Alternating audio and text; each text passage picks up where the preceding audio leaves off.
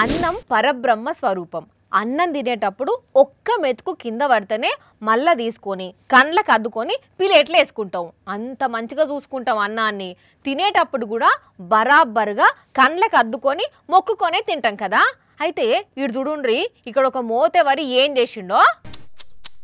అయ్యో అయ్యో అయ్యయ్యో ఎహలే ఏమవుతావర్లే నీ తాగుడు చల్లగుండా గంతగానం తాగినవా? యాడ వండుకున్నది, ఎక్కడ కాలు పెట్టేది కూడా తెలుస్తలేదా? ఎక్కడ కాలు పెట్టేది కూడా తెలుస్తలేదా? జల్దిగలే ఆడికెళ్ళి లే కొడుకా, నడి గిన్నెల కాలు మొత్తం పెట్టి పండుకొని ఇంకా బొర్లుతున్నావు.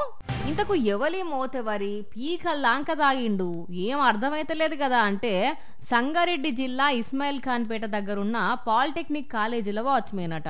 పిల్లలు ఆకలి అవుతుందని అన్నం తినేతందుకు పోయేసరికి పెగ్గుల మీద పెగ్గులు తాగిన వాచ్మెన్ గారు ఈ తీర్ఘ దర్శనం ఇచ్చేసరికి కోపం చేసిన పిల్లలు ఆఫీసర్లకు ఫోన్ కొడితే వాళ్ళు వచ్చి పరిస్థితిని చూసి సస్పెండ్ చేసిర్రట.